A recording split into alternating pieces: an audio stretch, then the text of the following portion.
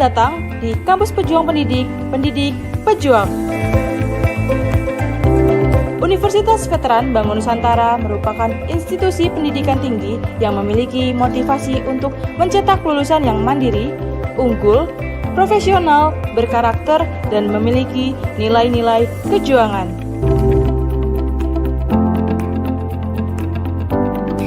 Saya Rektor Universitas Veteran Bangun Nusantara, Profesor Dr. Farida Nugrahani Magister Humaniora. Misi Universitas Veteran Bangun Nusantara adalah terwujudnya universitas yang unggul, berkarakter, mandiri, dan memiliki nilai-nilai kejuangan.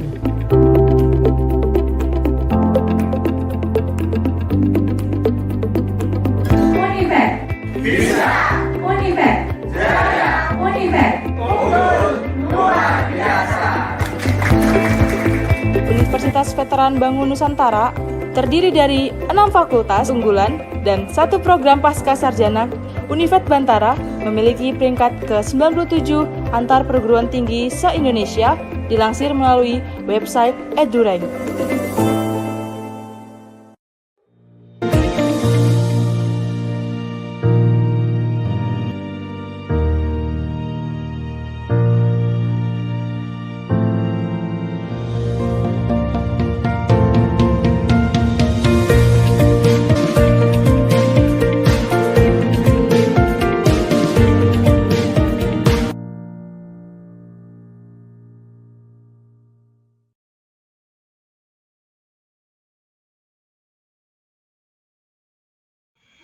Assalamualaikum warahmatullahi wabarakatuh. Perkenalkan, nama saya Eliani Mahmudah, NIM 24255200028, mahasiswa PPG Calon Guru Gelombang 2 tahun 2024 di LPTK Universitas Veteran Bangun Nusantara Sukoharjo. Pada kesempatan ini, saya akan memaparkan hasil seminar pendidikan yang merupakan bagian dari rangkaian kegiatan dalam program pendidikan profesi guru dengan dosen pengampu Ibu Erika Laras Astuti Ningtyas MPD. Topik bahasan pada seminar ini yang pertama adalah identifikasi diri, yang kedua review mata kuliah, yang ketiga pengalaman paling bermakna, yang keempat artefak pembelajaran, selanjutnya adalah desain inovasi pembelajaran, rencana tindak lanjut, dan paradigma baru terhadap makna guru. Topik bahasan yang pertama adalah identifikasi diri. Yang pertama, visi saya untuk pendidikan di Indonesia, yaitu untuk mempersiapkan generasi yang siap untuk beradaptasi dengan dunia digital dan berdaya saing global, diiringi dengan peningkatan pendidikan karakter sebagai upaya dalam mengatasi tantangan sistem pendidikan Indonesia. Yang kedua, visi saya sebagai calon guru, yaitu menjadi guru inspiratif yang menyenangkan, kreatif, inovatif, serta berwawasan luas sehingga dapat membimbing peserta didik menjadi individu yang berkarakter baik dan mampu meningkatkan potensi peserta didik. Selanjutnya, upaya saya untuk mencapai visi tersebut, yang pertama, dengan meningkatkan kompetensi melalui pelatihan, literasi digital, dan inovasi pembelajaran. Selanjutnya, dengan menerapkan pembelajaran yang menyenangkan dengan metode aktif, teknologi, dan pendekatan inklusif. Yang ketiga, dengan menguatkan karakter peserta didik dengan keteladanan, bimbingan etika, dan lingkungan suportif. Selanjutnya, dengan menyiapkan siswa untuk era digital melalui literasi teknologi dan keterampilan. Yang terakhir, dengan berkontribusi dalam sistem pendidikan dengan berbagi praktik baik dan inovasi di kelas. Selanjutnya adalah review mata kuliah. Selama mengikuti program pendidikan profesi guru, saya telah menempuh berbagai mata kuliah yang terbagi dalam 2 semester. Pada semester pertama, saya mempelajari filosofi pendidikan yang membuka wawasan saya tentang dasar-dasar dan tujuan pendidikan.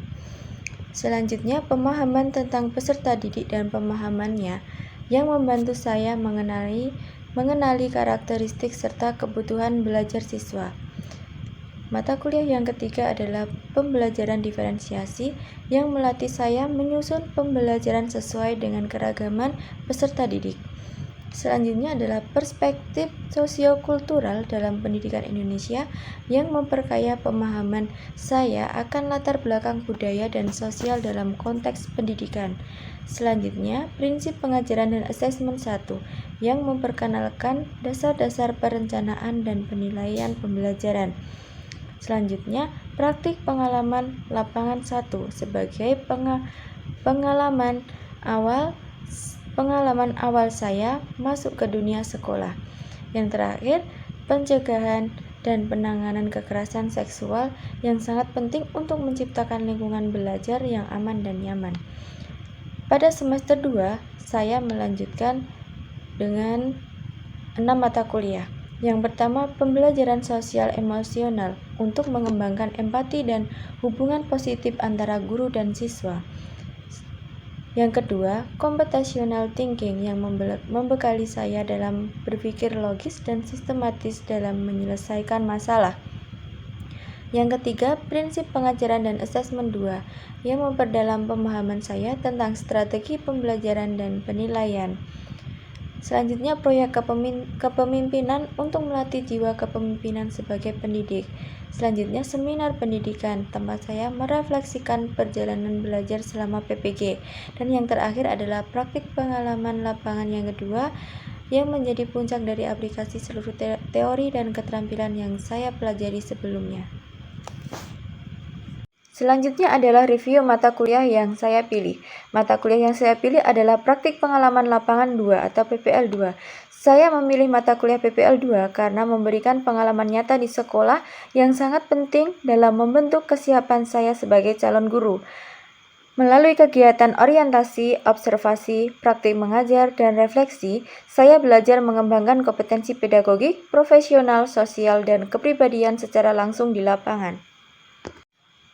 Berikut adalah topik pembelajaran di PPL 2. Topik 1 adalah orientasi, topik 2 observasi, topik 3 pembelajaran terbimbing, topik 4 pembelajaran mandiri dan melaksanakan kegiatan non-mengajar, topik 5 diskusi refleksi akhir PPL 2. Berikut ini adalah review pengalaman belajar dari mata kuliah PPL 2. Topik 1, orientasi PPL 2.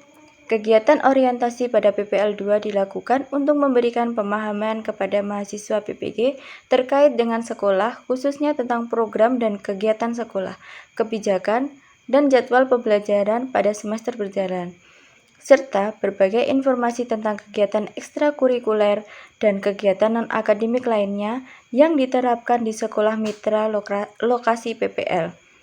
Kegiatan orientasi dilakukan pada hari pertama dilaksanakannya PPL 2 di sekolah dan informasi diberikan oleh kepala sekolah.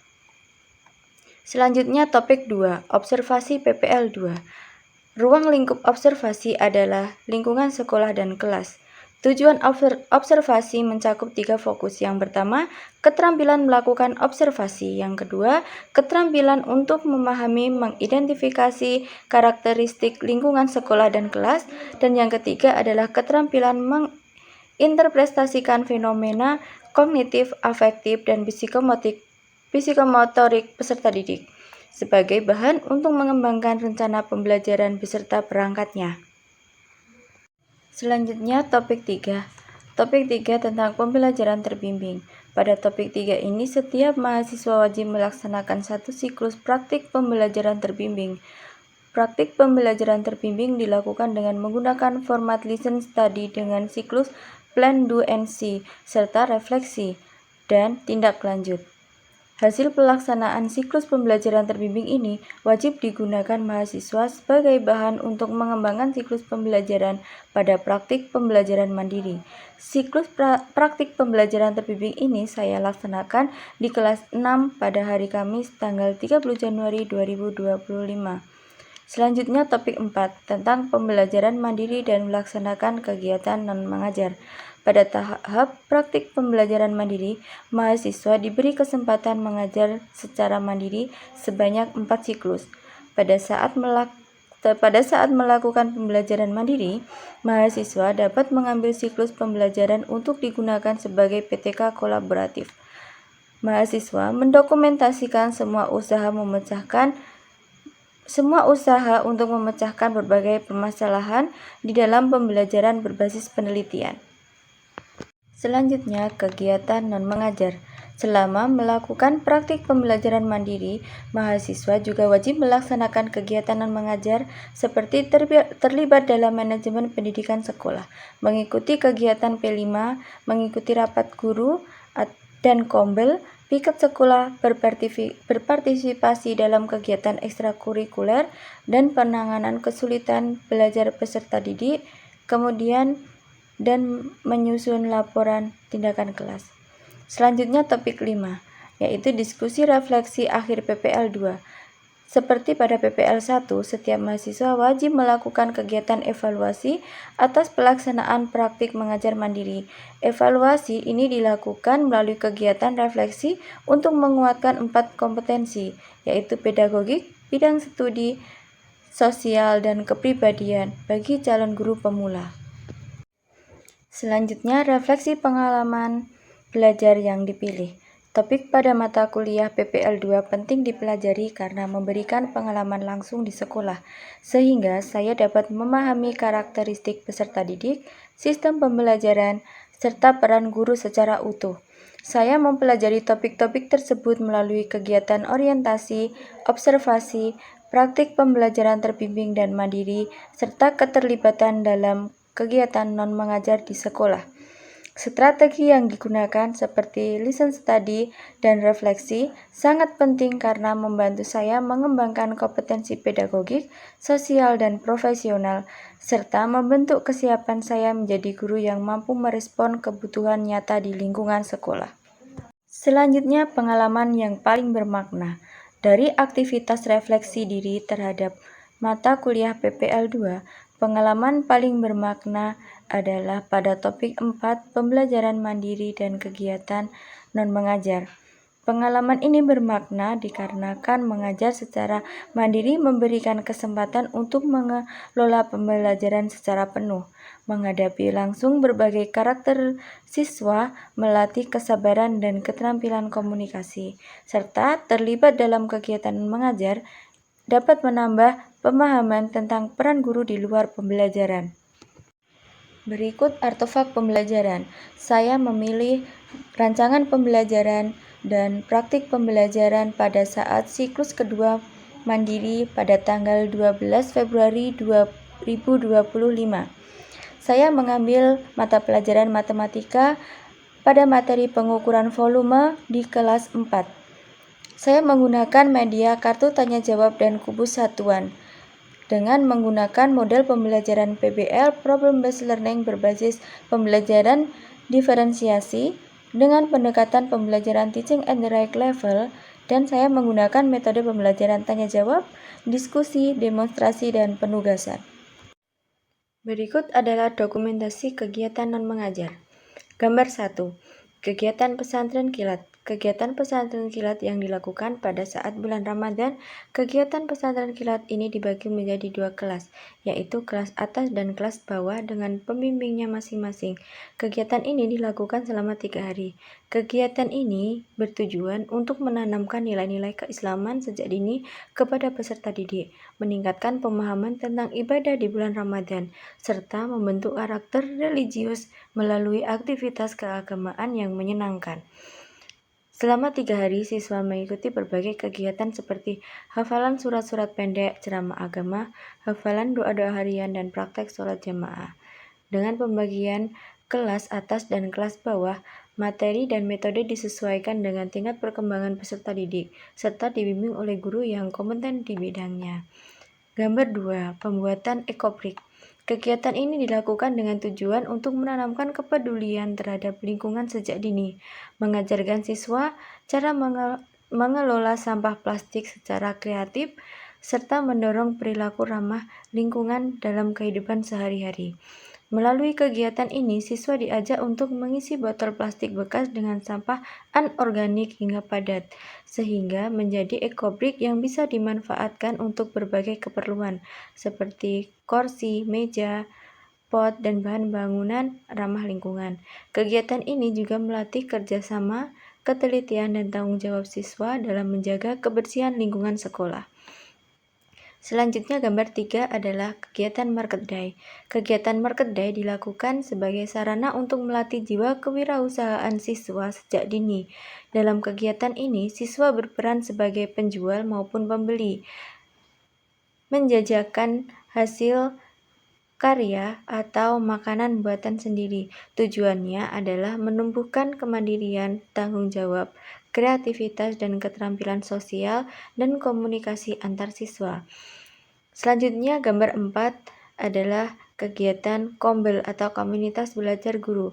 Kegiatan Kombel merupakan wadah bagi para guru untuk saling berbagi praktik baik, berdiskusi, dan meningkatkan kompetensi melalui pembelajaran bersama.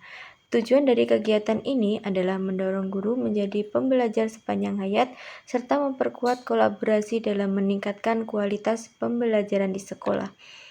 Selanjutnya gambar 5 adalah pembuatan bros dari limbah plastik. Kegiatan ini bertujuan untuk meningkatkan kreativitas siswa dalam mengolah sampah menjadi barang yang bernilai guna dan estetis. Selain sebagai sarana keterampilan tangan, kegiatan ini juga mengajarkan pentingnya daur ulang dan pengurangan sampah plastik serta menanamkan nilai cinta lingkungan dan inovasi sejak usia dini. Yang terakhir di gambar 6 adalah halal bihalal. Kegiatan halal bihalal dilaksanakan setelah Hari Raya Idul Fitri sebagai momen mempererat silaturahmi antar siswa, guru, warga sekolah, dan juga alumni sekolah.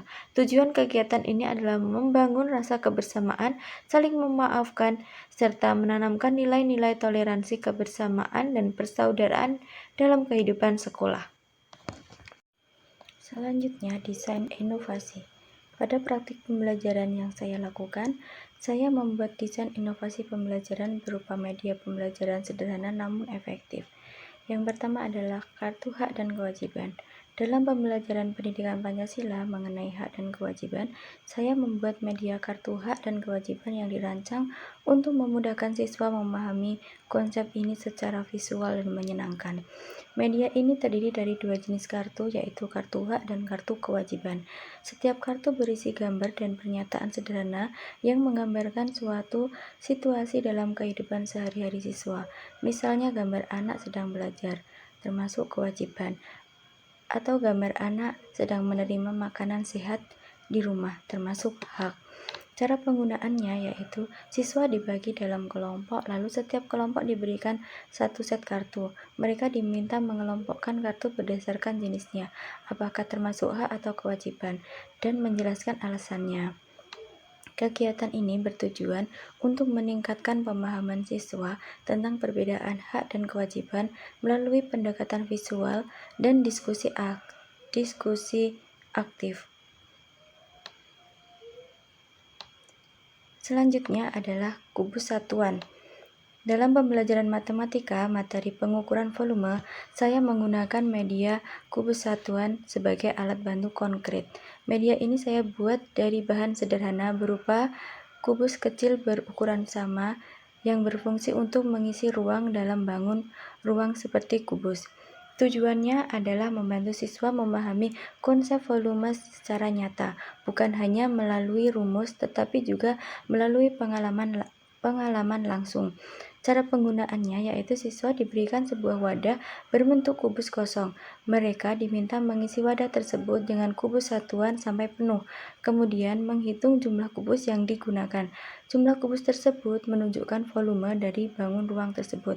Dengan menggunakan media ini, siswa dapat lebih mudah memahami bahwa volume adalah satuan ruang yang diukur berdasarkan banyaknya unit kubus yang dapat mengisi ruang tersebut.